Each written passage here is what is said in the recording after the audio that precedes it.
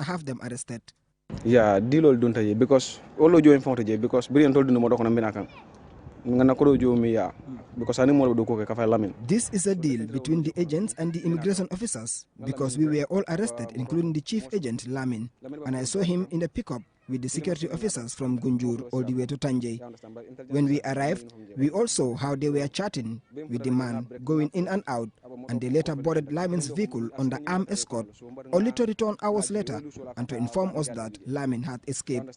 How is that possible?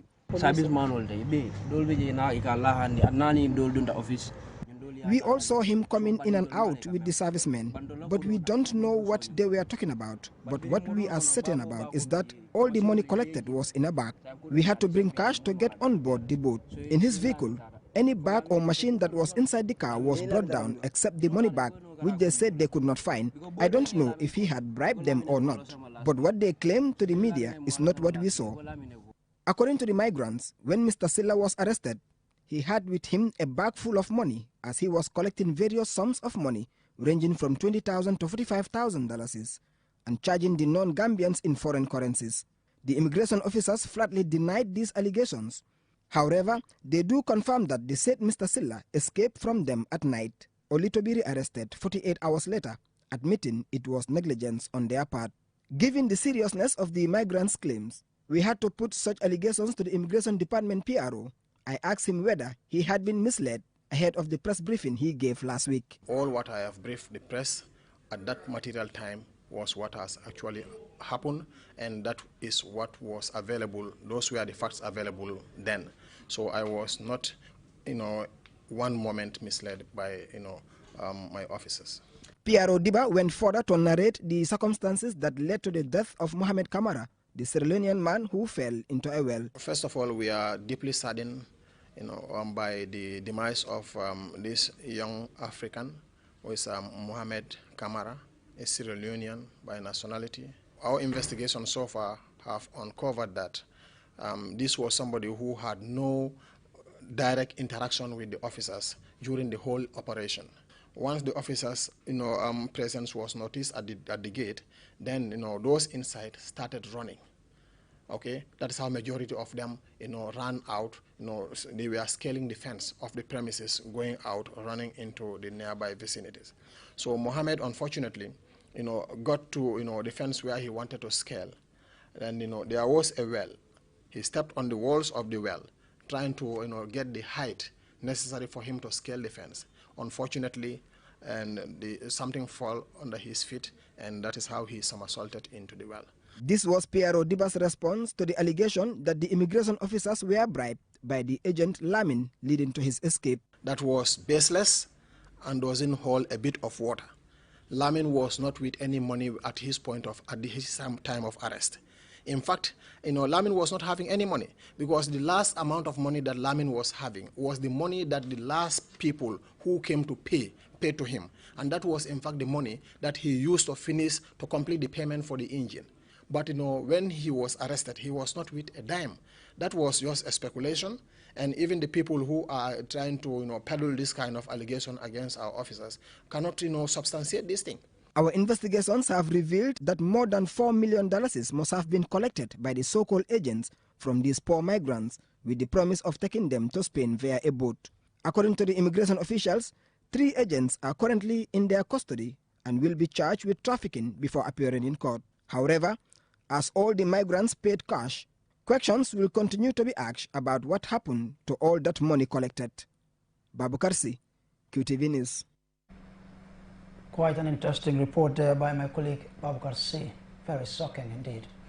Now, President Adama Barrow on Wednesday presided over the swearing-in of Justice Amina Saho Sise, a new judge of the Court of Appeal. Her elevation is expected to add diversity and value to the work of the Court of Appeal. Alusise tells us more. The elevation and subsequent appointment of Justice Amina Saho Sise as a judge of the Court of Appeal by the President follows the recommendation of the Judicial Service Commission. Justice Saho Sise has an extensive experience serving the country's judiciary. Until her appointment, she has served in different capacities, including a senior High Court judge from 2016 to date. As required by law, she must take the prescribed oath of office before assuming office. Justice Amina Saho Sise thanked President Barrow for accepting the recommendation of the Judicial Service Commission to appoint her as Judge of the Court of Appeal, while expressing gratitude to all those who supported her along her education and career journey, including family members and colleagues. She promises her readiness to continue to carry out her functions in the interest of the country. Today, the statistics reveal that Gambian judges man 99% of the superior courts of the Gambia, an unprecedented legacy, one Your Excellency's government will forever be renowned. Your Excellency President Barrow, permit me to express my profound gratitude for your grace in accepting the recommendation of the Judicial Service Commission to appoint me to the coveted position of Judge of the Court of Appeal. I also wish to take the opportunity to thank the Chief Justice and Chairman of the JSC and its members for the confidence reposed in my humble self. Justice Hassan B. Jallow, Chief Justice of the Gambia, believes the appointment of Justice Amina Saho Sise will add value to the work of the Court of Appeal. He describes her as a dedicated judiciary official. We take cognizance of Your Excellency's continued commitment to supporting the judiciary, both in terms of its independence and improving its efficiency, which has been manifested in various ways, including continuous material support, including the development and the launch of the strategic plan for the judiciary, 5-year development strategic plan, to whose implementation Your Excellency and your government remain firmly committed. We thank you very much for that commitment to justice and to the good governance of the country. For President Barrow, while congratulating the new appointee on her meritorious elevation, said this is one of the steps towards Gambianizing the judiciary. He renews his government's commitment to consolidate a more independent, trusted and efficient judiciary. I trust that her presence will entrench the work ethics of the legal profession in the country and further solidified the jurisprudence of the Court of Appeal. I encourage the personnel within the judicial system to continue to be guided by the principles of independence, impartiality and objectivity in the decisions they make and in upholding and safeguarding the rule of law. Distinguished ladies and gentlemen, one of the solemn promises we made as a government was to work towards making the judiciary very Gambian.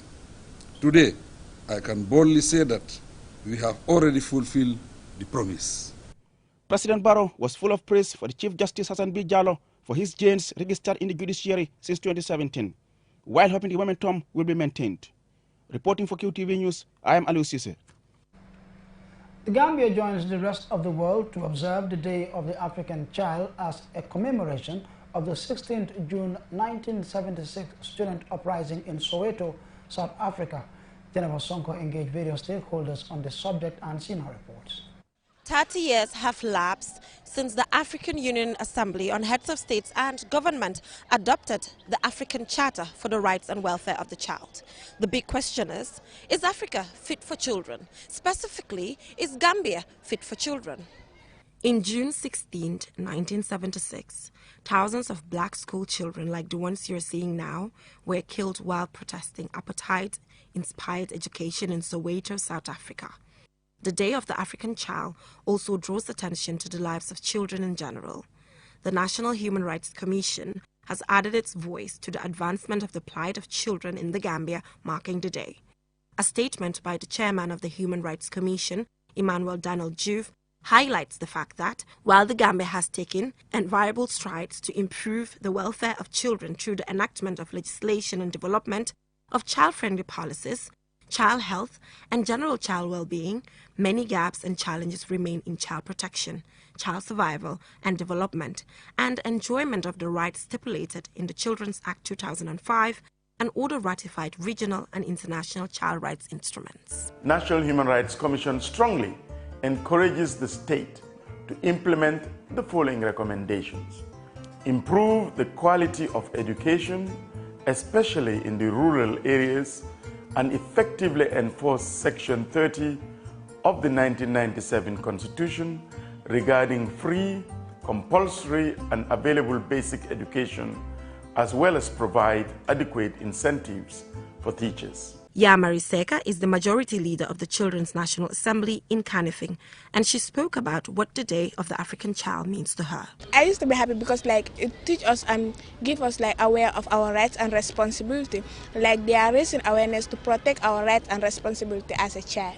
Agenda 2040, established by African Committee of Experts on the Rights and Welfare of the Child, calls for fostering an Africa fit for children.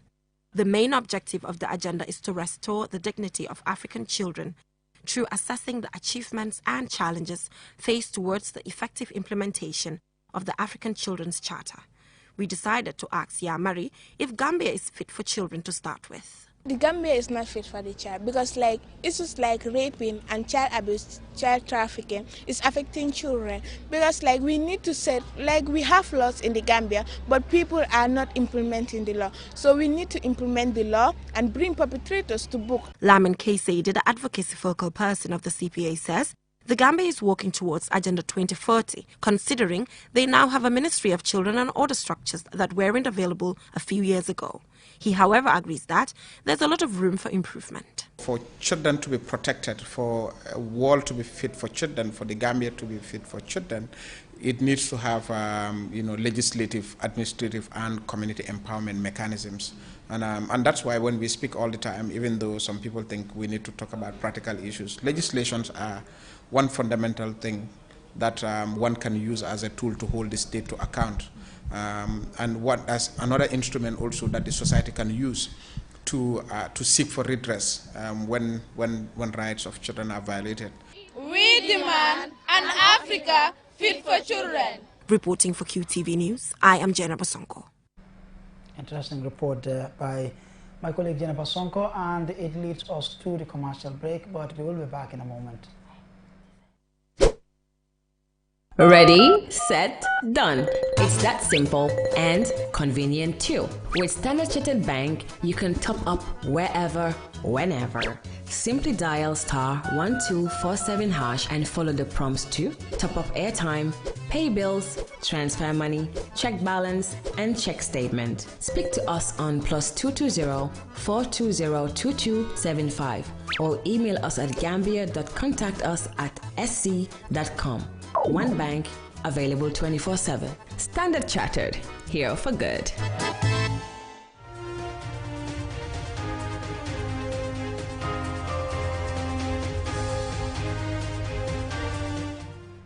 Welcome back from that short commercial break. Be reminded you're following QTV News, coming to you live from our studios along Kairaba Avenue, and I am Ansumana Esonyase.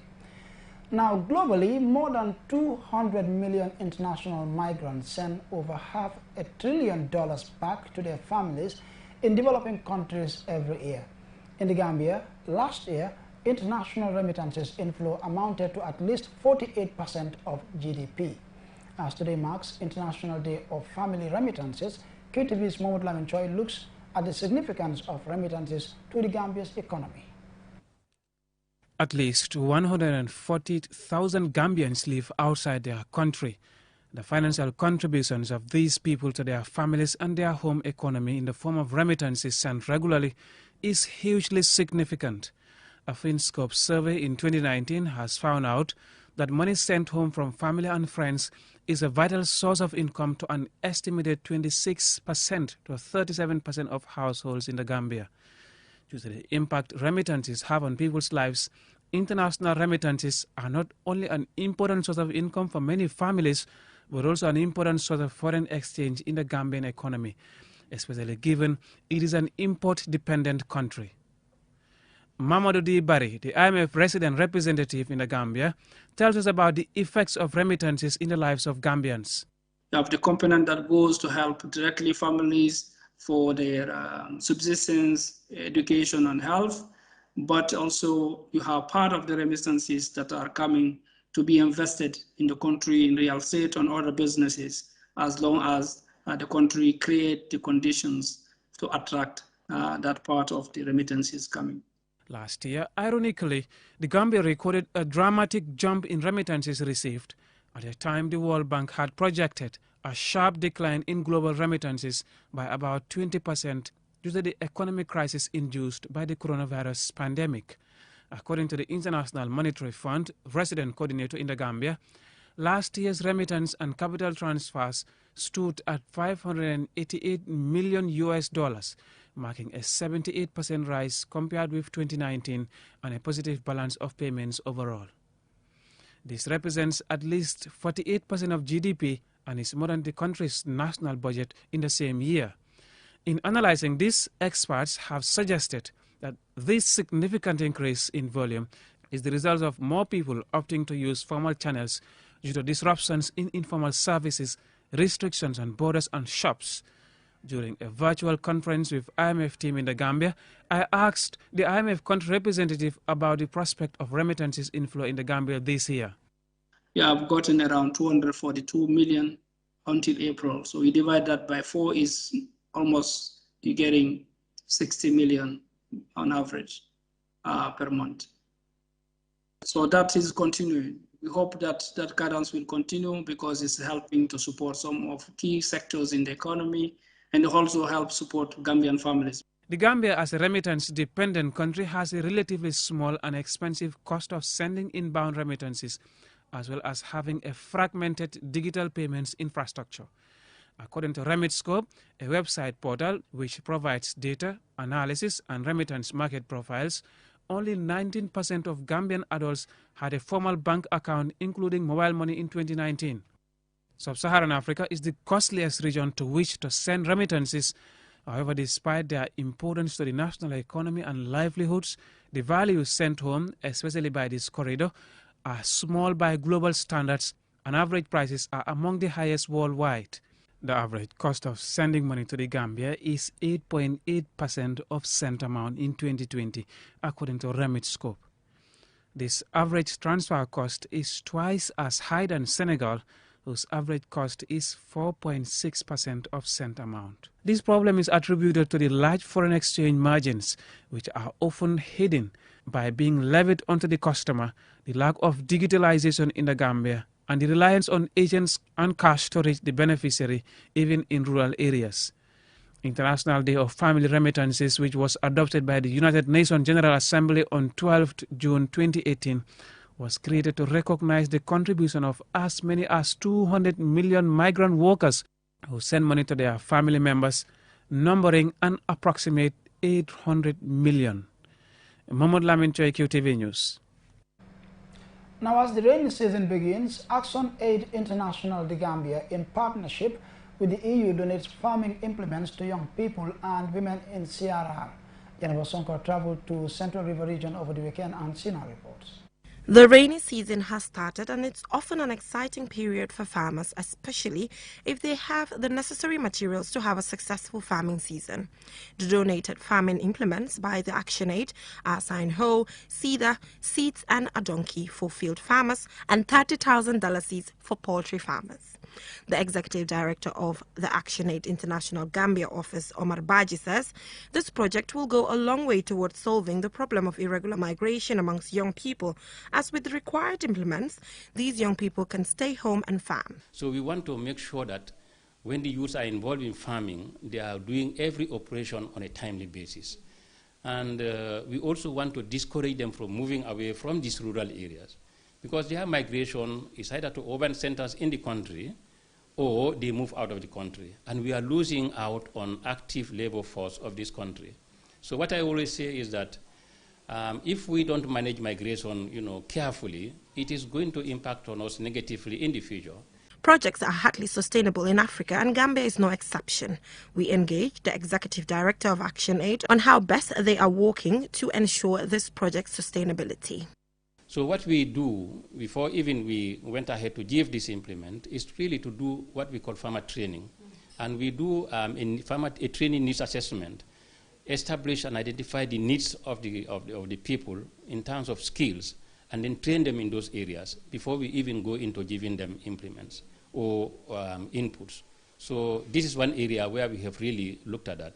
But the other thing is that what we are doing now is like a pilot. We want to show to the whole country that this works.